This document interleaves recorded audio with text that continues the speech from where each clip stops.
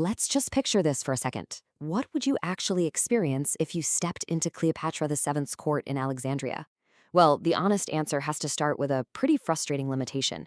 We don't have an ancient diary preserving a complete hour-by-hour day inside her palace.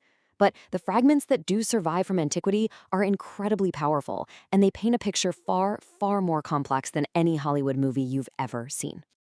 So, if we want to reconstruct this lost world, we can't rely on invented drama or those legendary banquet stories.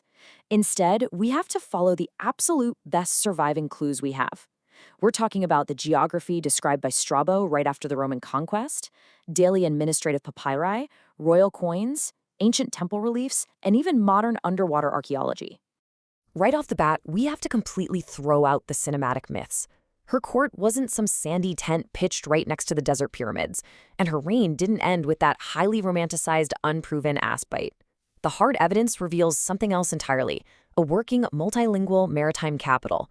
It was a massive machine of power, driven by bureaucracy, global trade, and some incredibly intense Roman pressure. Okay, let's move into our first major piece of the puzzle, Alexandria, the harbor capital. To really understand her court, we have to look at the timeline. Cleopatra's reign, which ran from 51 to 30 BCE, wasn't the start of a story. It was the tense, dramatic finale of a nearly 300-year-old Macedonian Greek dynasty. She inherited a deeply entrenched system, originally built by Alexander the Great in 332 BCE, that would ultimately collide with Rome. Now check out this staggering detail from the near-contemporary Greek geographer Strabo. He wrote that the royal palaces made up 1/4 or maybe even 1/3 of the entire city. This wasn't just a single isolated throne room. We're talking about a massive, sprawling, interconnected royal district situated right between the Mediterranean Sea and Lake Mareotis. Which brings us to our next section: power, paperwork, and spectacle. You see, Cleopatra essentially had to rule two different worlds at once, layering distinct cultural codes. Her administration operated in Greek. That was the daily language of scribes and taxes in Alexandria. But to her Egyptian subjects, she used profound pharaonic ideology. Just look at the temple relief sent in Dara depicting her alongside her son, Caesarion, in full Egyptian religious form. Now, scholars actually still actively debate just how evenly balanced these Greek and Egyptian elements truly were in her daily court life. And if you want to see the gritty reality behind all that royal spectacle, we have an amazing piece of evidence, a papyrus known as P. Bingen 45. Issued just before February 23, 33 BCE, it grants a Roman businessman sweeping trade privileges and tax exemptions. The crazy part?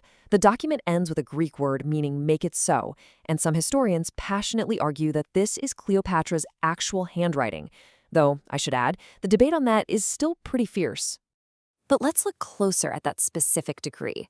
It permitted the export of 10,000 units of wheat every single year, totally tax-free, alongside 5,000 amphoras of wine. This wasn't just some minor royal favor. This was a massive economic concession. And those units of wheat? They were measured in the artaba, which was the standard measure for grain in Ptolemaic Egypt.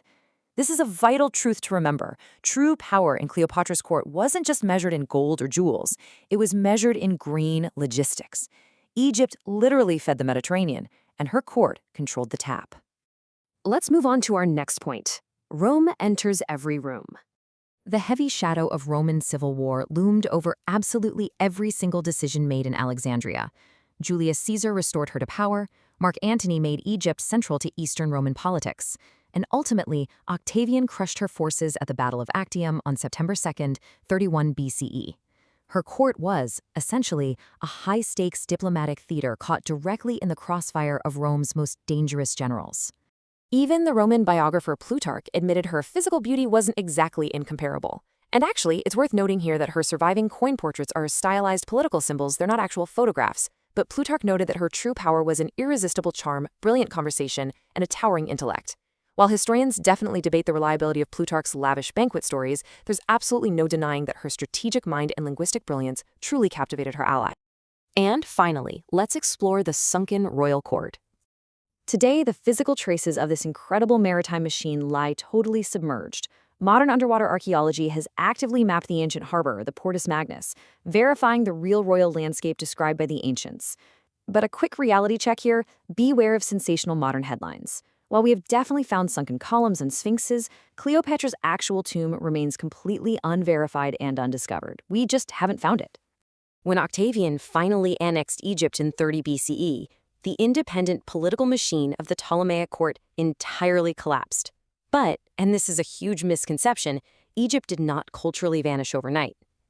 Alexandria's harbor economy survived and thrived, and rich Egyptian religious traditions continued for centuries under Roman rule. We really hope this Dust of Ages explainer leaves you with a totally transformed perspective. Cleopatra's court was not a simple fantasy of luxury or romance. It was a maritime, bureaucratic, religious, and diplomatic powerhouse working under immense pressure. So, what do you think? Which surviving clue changes your view the most? The papyrus, the coins, the temples, or the sunken ruins?